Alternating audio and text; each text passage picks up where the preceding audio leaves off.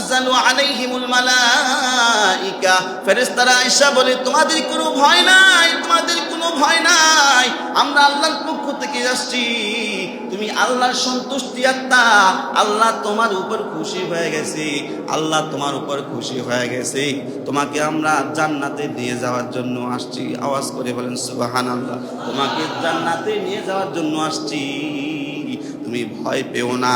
আল্লাহ পাক রব্বুল আলামিন এই জান্নাতি ব্যক্তিটার সামনে জান্নাতের 8টি দরজা খুলে দেয়, সে জান্নাতের সমস্ত নাজ নিয়ামত দেখতে পায়। জান্নাতের হুর গিলমানগুলো কখনো কখনো তার সামনে নাচানাচি করতে থাকে। তখন এই ব্যক্তিটা এত আনন্দিত হয়, এই ব্যক্তিটার দেহ থেকে রূহটা বের হওয়ার জন্য এমন ভাবে ছটফট করে, খাঁচায় বন্দি পাখিটা যেমন খাঁচা থেকে বের হওয়ার জন্য ছটফট করতে থাকে, এমন ভাবে ওই ব্যক্তির রূহটা তার দেহ থেকে বের হওয়ার জন্য ছটফট করতে থাকে। আল্লাহ তাআলা কোরআনুল কারীমে ইরশাদ করেন, কুল্লু মান আলাইহা ফানি ওয়া ইয়াবকা ওয়াজহু রাব্বিকা যুল জালালি ওয়াল ইকরাম।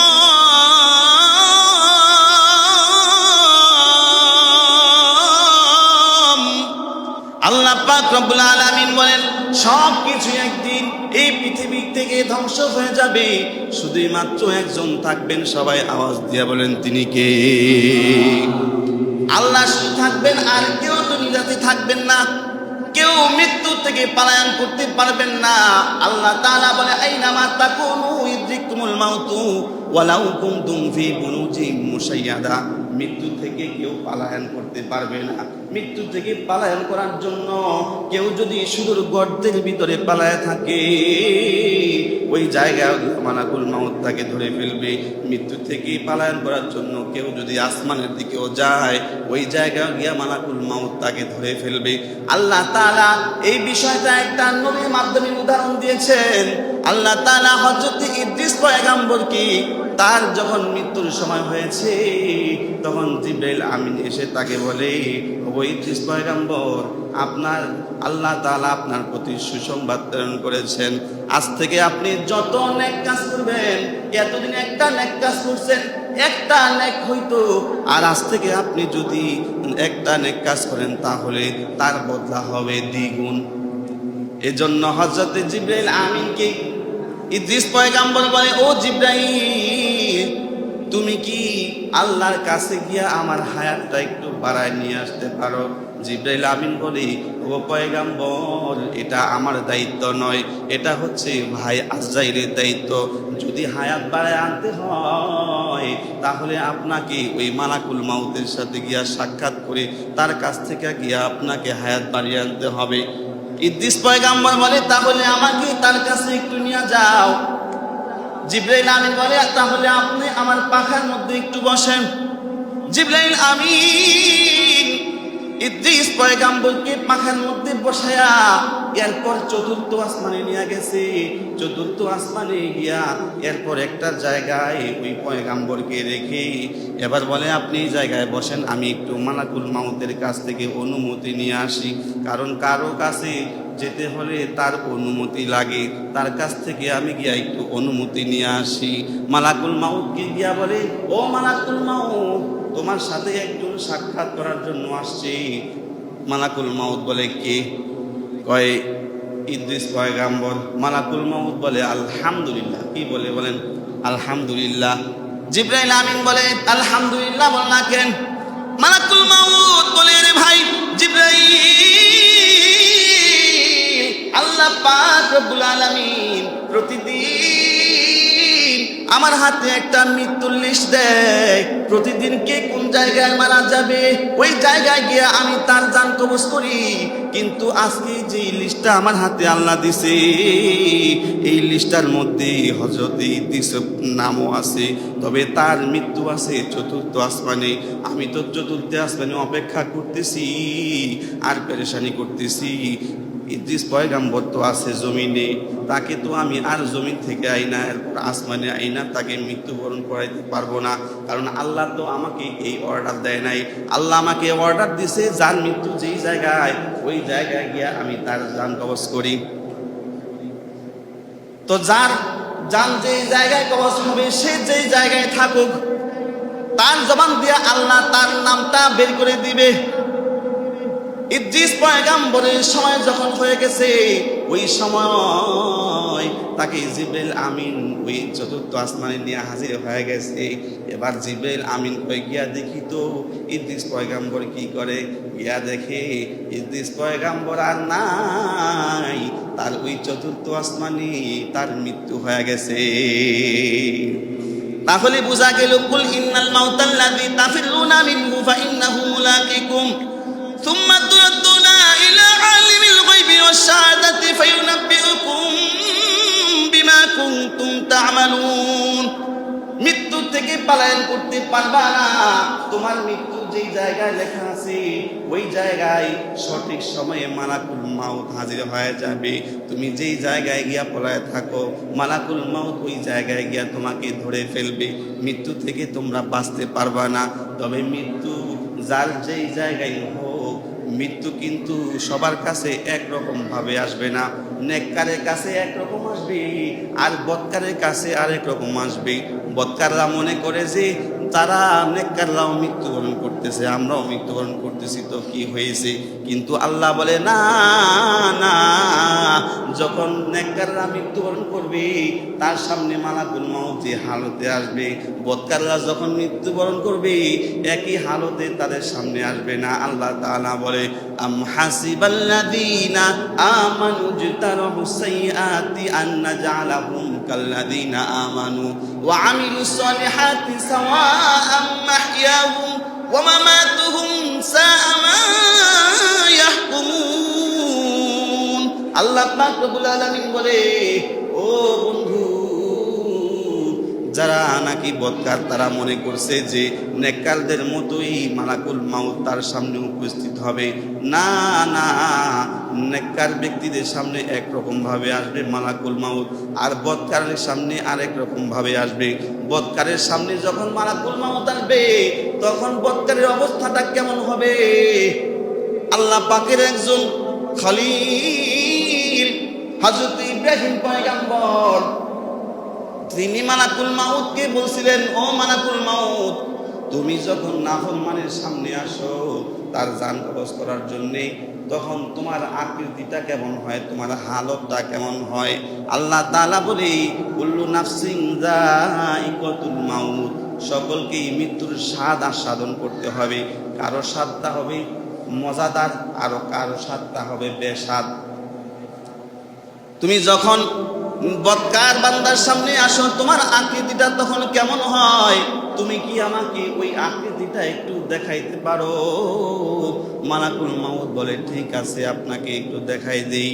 আপনি একটু ঘুরে তাকান, একটু ঘুরে তাকান। যখন ইব্রাহিম খলিল একটু ঘুরে তাকাইলেন, এবার মালাকুল মাউত তার ওই বদকারের কাছে যে সুরত নিয়ে হাজির হয় ওই সুরত নিয়ে হাজির হইলেন। এবার ওই পয়গাম্বরকে বলে, এবার আমার দিকে তাকান।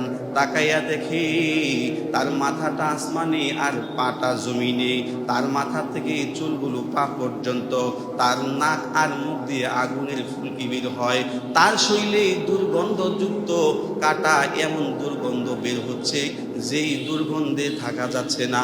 এই পয়গাম্বর তার শরীরের মধ্যে শক্তি আর সাহস কেমন? একজন নবীর মধ্যে এমন সাহস আর শক্তি থাকে, আল্লাহ যখন যেই নবী পাঠান ওই নবীর মধ্যে এত শক্তি আর সাহস দেন। ওই নবীর আমলে 100 যুবকের মধ্যে যে শক্তি আর সাহস দেন, একজন নবীর মধ্যে আল্লাহ ওই শক্তি আর সাহস দেন। এত শক্তি আর সাহস নিয়ে হযরত ইব্রাহিম খলিল যখন পয়গাম্বরকে দেখলেন, তার এই আকৃতি দেখা ইব্রাহিম পয়গাম্বর সাথে সাথে জমিনের মধ্যে লুটে পড়ে গেলেন। কিছুক্ষণ পর যখন তার হুঁশ আসলে পরে তাকে জিজ্ঞাসা করে, কেমন দেখলেন, কেমন দেখলেন? এবার ইব্রাহিম খলিল বলে, এরে ভাই মালাকুল মাউত, জাহান্নামে একটা নাফরমান বান্দার আযাব কেমন হবে আমি জানি না, তবে তার নাফরমানের সামনে তুমি যেই সূরতটা নিয়ে হাজির হও, তার দুনিয়ার মধ্যে কোনো মুসিবত থাকুক আর না থাকুক, কিন্তু তোমার সূরতটাই হবে সবচাইতে বড় মুসিবত। এর চাইতে বড় মুসিবত আর নাফরমানের জন্য হতে পারে না। তাহলে তার আকৃতিটা কেমন হবে? তাহলে আকৃতি সূরত যদি এমন হয়, তাহলে বদকারীর যে জান কবজ করা হবে তখন তার অবস্থাটা কেমন হবে? আল্লাহ পাক রব্বুল আলামিন বলেন, ওয়ালাউ তারা ইযিজ যালিমুনা ফি গামরাতিল মাউত, ওগো পয়গম্বর, জালেমরা যখন মৃত্যুর যন্ত্রণায় ছটফট করে যদি আপনি দেখতেন, তাহলে আপনি সহ্য করতে পারতেন না। আল্লাহ পাক রব্বুল আলামিন যখন একজন জালেমের মৃত্যুর সময় হয়, তখন মালাকুল মাউতকে বলে, ও মালাকুল মাউত, ওই যে নাফরমান বান্দাটা গুনাহ করতে করতে, অন্যায় করতে করতে, সে পাপাচার করতে করতে আমি আল্লাহ তার উপর নারাজ হয়ে গেছি, তার জানটা গিয়া কবজ করে নিয়ে আসো। মালাকুল মাউত একা আসে না, তার সাথে আরো 500 ফেরেশতা নিয়ে আসে। ওই মালাকুল মাউতের হাতে থাকে কাটা দুর্গন্ধযুক্ত একটা লোহার গুর্জ, প্রত্যেকের হাতেই লোহার গুর্জ থাকে। এসে তাকে পিটাইতে থাকে। তাকে যখন পিটাইতে থাকে, তখন ওই রূহটা এত ভয় পায়, এত কষ্ট পায়, এই রূহটা শরীরের প্রত্যেকটা পশমে পশমে গিয়া সে পালাইতে থাকে আর আশ্রয় চাইতে থাকে, আশ্রয় চাইতে থাকে। কোনো পশমও তাকে আশ্রয় দেয় না। অবস্থাটা তখন তার এমন হয়, তখন ওই মালাকুল মাউত অঙ্গার যুক্ত একটা রুমাল, দুর্গন্ধযুক্ত একটা রুমাল তার থুতনির নিচে বিছায়া দেয়, পিটাইতে থাকে। তখন মালাকুল মাউত বলে, ইয়া আইয়াতুহান নাফসুল খাবিসা, হে অপবিত্র আত্মা, বের হয়ে যাও। টেনে তাকে বের করে। এরপর এই রূহটা নিয়া যখন সে রওনা হয় আসমানের দিকে, আসমানের ফেরেশতারা বলে, এটা কার আত্মা, কার রূহ? এর গন্ধে আমরা টিকতে পারতেছি না। প্রথম আসমানে গিয়া ফেরেশতাকে বলে, ও ফেরেশতা, দরজা খোলো, একে আমরা উপরের দিকে নিয়ে যাব। কয়, না, একে উপরের দিকে নেওয়া যাবে না।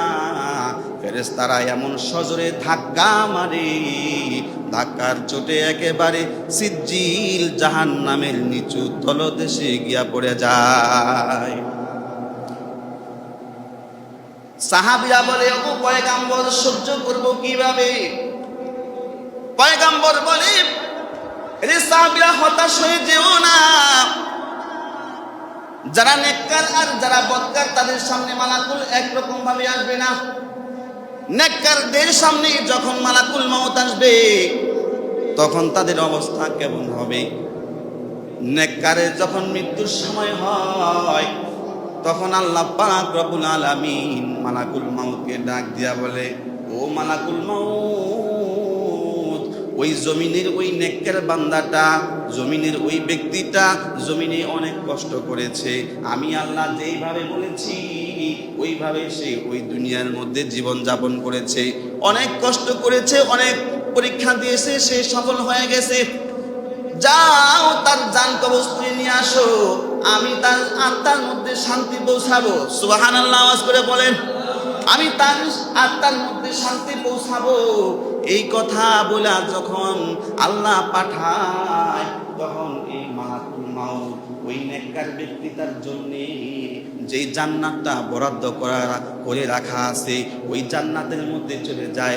জান্নাতের মধ্যে গিয়া খুশবুযুক্ত রুমাল, এরপর ওই জান্নাত থেকে রাইয়ান নামক ফুলদানি, যেই ফুলদানির মধ্যে 20 প্রকার ফুল থাকে, প্রত্যেকটা ফুল থেকে ভিন্ন ভিন্ন ঘ্রাণ বের হয়। এত সুন্দর খুশবুওয়ালা ফুল আর খুশবুযুক্ত রুমাল নিয়া মালাকুল মাউত 500 ফেরেশতা নিয়া ওই নেককার ব্যক্তির কাছে আসে। আয়েশা বলে, ইন্নাল্লাযীনা ক্বালু রাব্বুনাল্লাহ, ইন্নাল্লাযীনা ক্বালু রাব্বুনাল্লাহ, যারা দুনিয়ার মধ্যে বলেছে আমাদের রব আল্লাহ, সুম্মা ইসতাকামু, তাতানাজ্জালু আলাইহিমুল মালাইকা, ফেরেশতারা আয়েশা বলে তোমাদের কোনো ভয় নাই, তোমাদের কোনো ভয় নাই, আমরা আল্লাহর পক্ষ থেকে আসছি, তুমি আল্লাহর সন্তুষ্টি আত্মা, আল্লাহ তোমার উপর খুশি হয়ে গেছে, আল্লাহ তোমার উপর খুশি হয়ে গেছে, তোমাকে আমরা জান্নাতে নিয়ে যাওয়ার জন্য আসছি। আওয়াজ করে বলেন সুবহানাল্লাহ। তোমাকে জান্নাতে নিয়ে যাওয়ার জন্য আসছি, তুমি ভয় পেও না। আল্লাহ পাক রব্বুল আলামিন এই জান্নাতি ব্যক্তিটার সামনে জান্নাতের 8টি দরজা খুলে দেয়, সে জান্নাতের সমস্ত নাজ নিয়ামত দেখতে পায়। জান্নাতের হুর গিলমানগুলো কখনো কখনো তার সামনে নাচানাচি করতে থাকে। তখন এই ব্যক্তিটা এত আনন্দিত হয়, এই ব্যক্তিটার দেহ থেকে রূহটা বের হওয়ার জন্য এমন ভাবে ছটফট করে, খাঁচায় বন্দি পাখিটা যেমন খাঁচা থেকে বের হওয়ার জন্য ছটফট করতে থাকে, এমন ভাবে ওই ব্যক্তির রূহটা তার দেহ থেকে বের হওয়ার জন্য ছটফট করতে থাকে। কেমন হয়? মালাকুল মাউত বলে, ইয়া আইয়াতুহান নাফসুল মুতমাইন্না ইরজিই ইলা রাব্বিকি রাদিয়াতাম মারদিয়া ফাদখুলি ফি ইবাদি ওয়াদখুলি জান্নাতি। হে পবিত্র আত্মা, বের হও, আল্লাহ তোমার উপর সন্তুষ্ট, বের হয়ে যাও, আমরা তোমাকে জান্নাতে নিয়ে যাওয়ার জন্য আসছি, আমরা তোমাকে নিয়ে জান্নাতে যাব, তুমি ভয় পেও না। ওই ব্যক্তিটার যখন রূহটা কবজ করে তখন তার এতটুকু কষ্ট হয় না, এতটুকু কষ্ট তার হয় না, তার এতটুকু কষ্ট হয় না। একটা মানুষের গায়ে চিমটি কাটলে সে যতটুকু কষ্ট পায়, একটা নেককার ব্যক্তি তার চেয়েও আরো আহসানের সহিত তার জান কবজ করা হয়।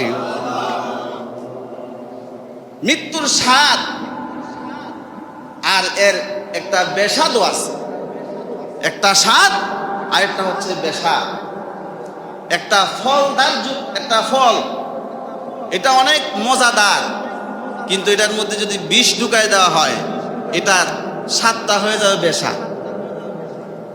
তো মৃত্যুর স্বাদটা কেমন হবে?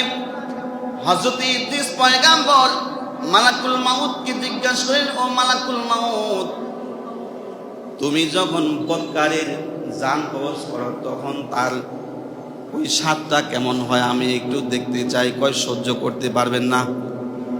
কয় না, সহ্য করতে পারবো, আমি যে পয়গম্বর, 100 যুবকের শক্তি আর সাহস আমার মধ্যে আছে, আপনি পয়গম্বর, আপনাকে আমি ওই স্বাদ দেখায় কষ্ট দিতে চাই না, আপনি সহ্য করতে পারবেন না। ওয়ালাউ তারা ইয যালিমুনা ফি গামরাতিল মাউত ওয়াল মালাইকাতু বাসিতু আইদিহিম আখরিজু আনফুসাকুম। নবীকে আল্লাহ বলে আপনি সহ্য করতে পারবেন না। মালাকুল মাউত বলে ইদ্রিস পয়গম্বরকে না সহ্য করতে পারবেন না। কয় না, তারপরও আমাকে একটু দেখতে দাও, যাতে এটা উদাহরণ স্বরূপ হয়ে থাকে মৃত্যুর যন্ত্রণা কেমন হয়। কয় ঠিক আছে, আপনি পরীক্ষা দেন, আপনি উদাহরণ স্বরূপ নিতে পারেন। কয় আমার রূহটা কবজ করবা, এরপর কিছুক্ষণের মধ্যেই আমার জানটা আবার ফেরত দিয়া দিবা, তবে সাবধান, আমাকে কিন্তু একেবারে ডেড ফিল বানাই দিও না, আবার কিন্তু একেবারে নিয়ে যাইও না, তোমাকে একটু বলছি শুধুই আমাকে স্বাদটা বোঝানোর জন্য।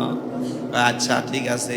এবার তার জানটা কবজ করে দেওয়া হয়েছে, কিছুক্ষণ পর্যন্ত ওই অজ্ঞান হয়ে পড়ে রয়েছে। এরপর যখন তাকে আবার তার হায়াতটা রূহটা তখন তার দেহের মধ্যে ঢুকায় দিছে, এবার মালাকুল মাউত সে সাধারণ বেশে আবার যখন তার সামনে হাজির হয়েছে, এবার জিজ্ঞাসা করি, ওগো পয়গম্বর, কেমন দেখলেন? মৃত্যুর স্বাদটা কেমন লাগলো? হযরত ইদ্রিস পয়গম্বর বলে, ও মালাকুল মাউত, একজন নাফরমানের মৃত্যুর স্বাদটা কেমন হয় সে যদি জানতো তাহলে দুনিয়ার মধ্যে সে আর কোনো অন্যায় করতো না, অপরাধ করতো না। আমার মন বলেছে একটা জীবন্ত মানুষের শরীর থেকে চামড়া খসাইলে তার যতটুকুন কষ্ট হয় তার চাইতে বেশি কষ্ট আমি পয়গম্বরের হয়েছে। আল্লাহু আকবার। একটা পয়গাম্বর, আল্লাহর পয়গাম্বর, সে যদি বলে যে মৃত্যুর স্বাদ এমন, আপনার আমার পয়গাম্বরের মৃত্যু যখন হয়েছে তখন কেমন লেগেছে? যেই নবীর জন্য আল্লাহ তাআলা পৃথিবী সৃষ্টি করলেন, ওই নবী পর্যন্ত বলেছে মালাকুল মাউত যখন আমার জানটা কবজ করে, আর আমার জান যে কবজ হয়েছে এর চাইতে সহজভাবে আর কারো জান কবজ করা হবে না। কারণ পৃথিবীতে একজনকে আল্লাহ সবচাইতে বেশি ভালোবাসেন। সবাই আওয়াজ দিয়ে বলেন তিনি কে? মুহাম্মাদুর রাসূলুল্লাহ সাল্লাল্লাহু আলাইহি ওয়াসাল্লাম। এমন অনেক মানুষ আছে যারা নবীর নাম জানে না। ওই দিন মোবাইলের মধ্যে দেখলাম এক বৃদ্ধকে জিজ্ঞাসা করে তোমার রবের নাম কি? অনেকক্ষণ ভাববা চিন্তা করে এরপরে বলতেছে এই কি আর হবে, মোহাম্মদ। রবের নাম কি? মোহাম্মদ। হয়তো তোমার নবীর নাম কি? আল্লাহ। নাউজুবিল্লাহ। একজন মুসলমান, তুমি বৃদ্ধ হয়ে গেছো, এখনো তোমার রবের নাম তুমি বলতে পারো না, তোমার নবীর নাম বলতে পারো না। সেই নবীর ইন্তেকাল যখন হয়েছে, নবীর রূহ যখন বের করছে, নবীজি বলে আমার মন বলেছে যে উহুদ পাহাড়টা আমার বুকের মধ্যে চাপ দেওয়া হয়েছে। আল্লাহু আকবার। উহুদ পাহাড়টা আমার বুকের মধ্যে চাপ দিয়ে রাখা হয়েছে।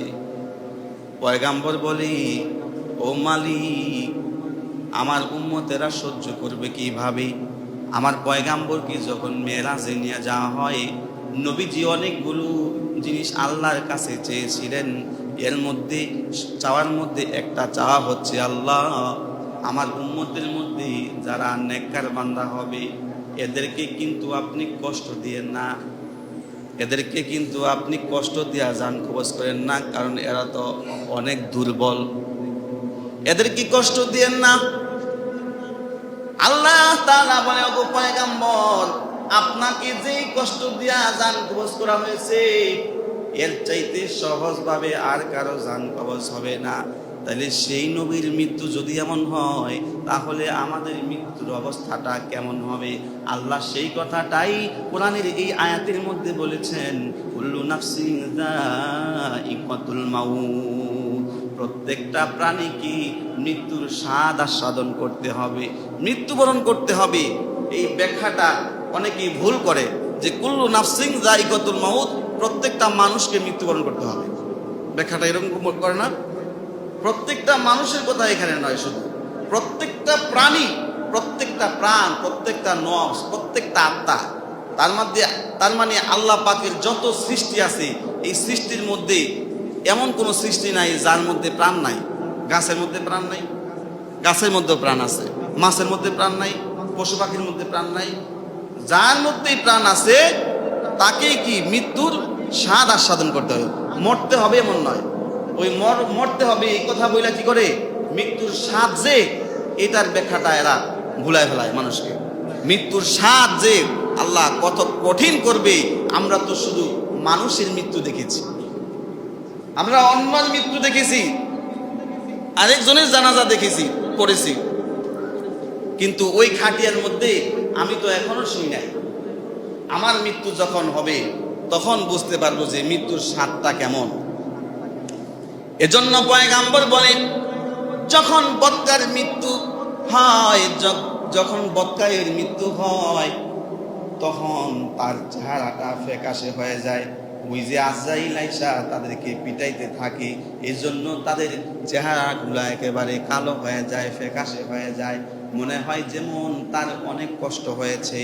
আর পয়গাম্বর বলে, যারা নাকি নেককার বান্দা এদের যখন জান কবজ করা হয়, তখন এই ব্যক্তিরা এত হাসি আর এত আনন্দ পায়, সারা এলাকার মানুষ, আত্মীয় স্বজন সবাই তার জন্য কান্নাকাটি করে।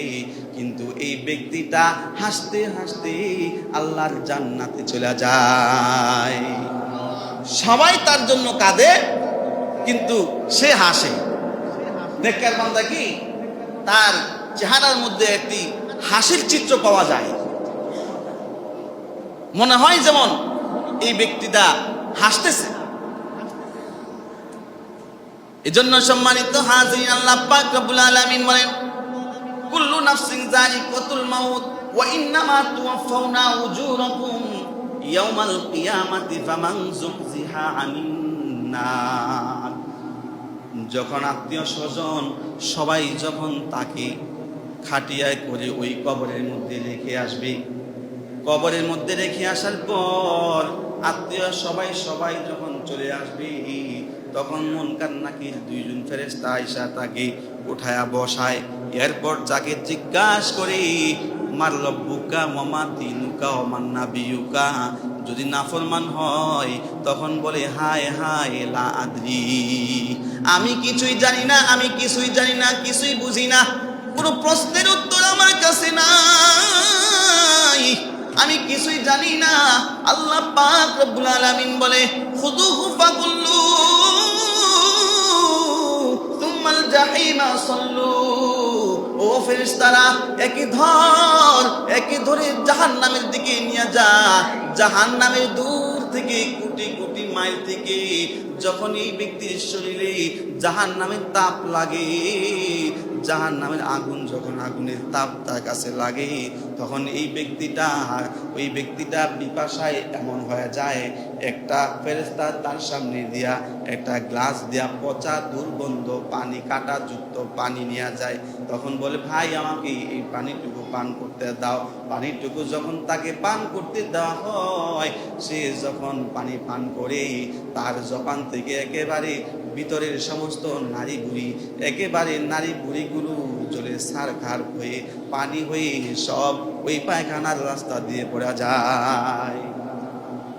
আর যখন নেককার বান্দাকে ওই কবরের মধ্যে রাখা হয়, তখন ফেরেশতারা তাদেরকে প্রশ্ন করে, তার নেক আমলগুলো তাকে বলে, এই নেক আমলের একটা রূপ আল্লাহ দান করবেন।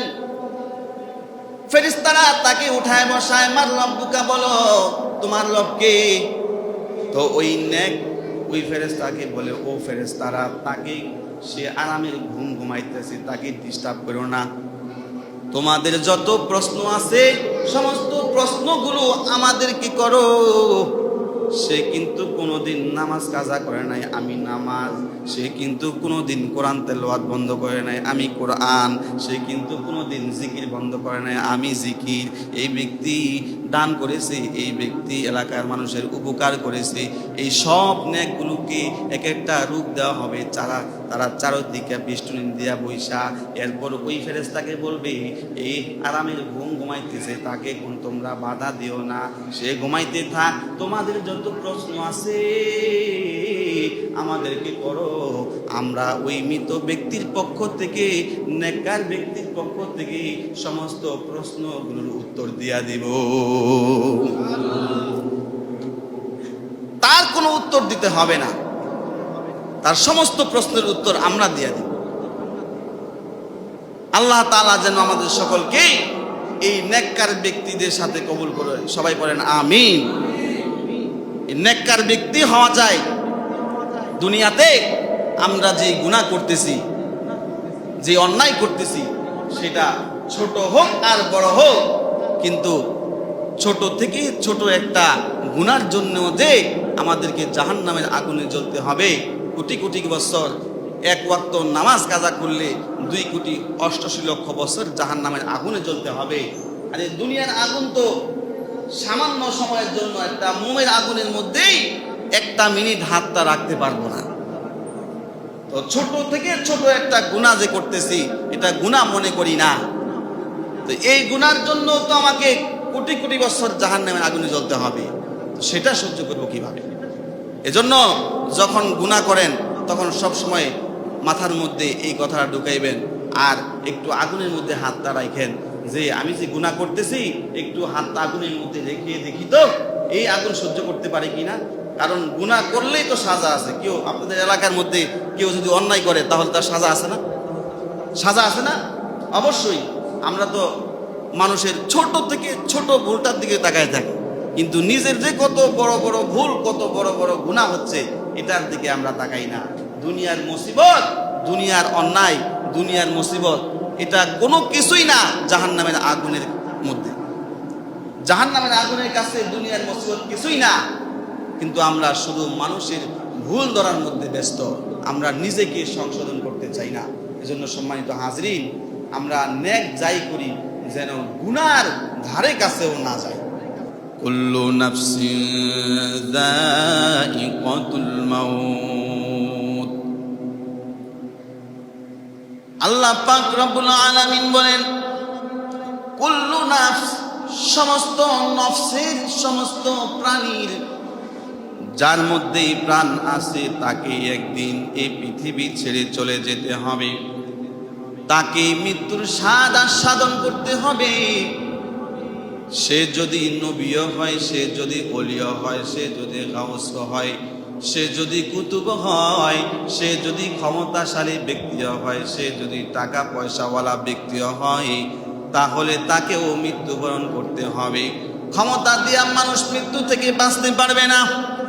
ক্ষমতা দিয়া যদি মৃত্যু থেকে বাঁচতে পারত, তাহলে আল্লাহ পাক রব্বুল আলামিন এই পৃথিবীতে সবচেয়ে বেশি ক্ষমতা যাদেরকে দিয়েছে, নমরুদ, ফেরাউন, হামান, কারুন, এদেরকে আল্লাহ অর্থ সম্পদ ক্ষমতা আল্লাহ কম দেয় নাই, কিন্তু এই অর্থ সম্পদ আর ক্ষমতা দিয়া তারা মৃত্যু থেকে বাঁচতে পারে নাই।